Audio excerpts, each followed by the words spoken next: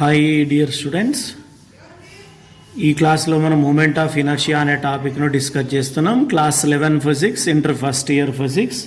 Important topic. Moment of inertia అనే physical క్వాంటిటీని మనము ఐ చేత డినోట్ చేస్తాం.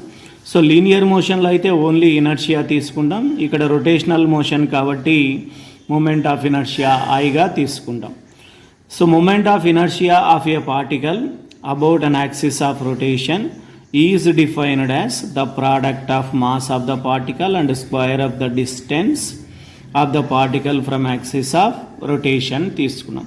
అంటే product of m into r square చెప్తున్నాం. So for example it is a rigid body and its axis of rotation is AB and it has a number of particles with mass m1, m2, m3. ఇది axis of rotation.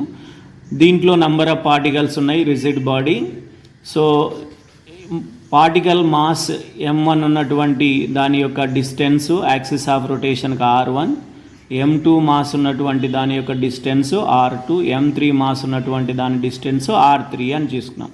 అంటే దీని చుట్టూ rotate అవుతూ ఉంది body. ఇది axis of rotation అయితే, so ఇది axis of rotation అయితే దీని చుట్టూ వచ్చేసి బాడీ ఇలా తిరుగుతూ ఉంది అనమాట. సో ఏమని రాసాం? Product of mass of the particle and square of the distance from axis of rotation అని చెప్పాం.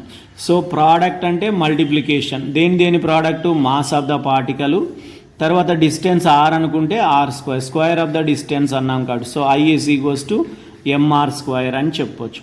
సో బాడీ అన్నప్పుడు దీంట్లో ఒక పార్టికల్ కాదు కదా ఉండేది, నంబర్ ఆఫ్ పార్టికల్స్ ఉంటాయి. అప్పుడు బాడీ యొక్క మూమెంట్ ఆఫ్ ఇనర్షియా ఏంటి అంటే చూడండి, let the body is made up of large number of particles of masses m1, m2 and so on situated at the distances r1, r2, r3 and so on. So ఇక్కడ డయాగ్రామ్లో చూపించిన విధంగా it is a rigid body made up of large number of particles of masses m1, m2, m3 and so on.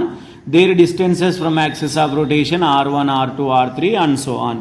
So then moment of inertia of the body is I is equals to, and a moment of inertia of first particle plus moment of inertia of second particle plus moment of inertia of third particle and so on.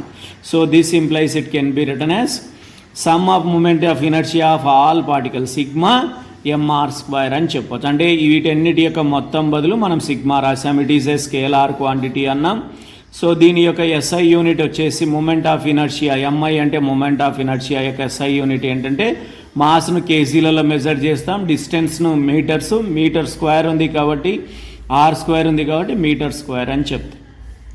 Dimensional formula గమనిస్తే m/n l square t/0 అని చెప్పొచ్చు.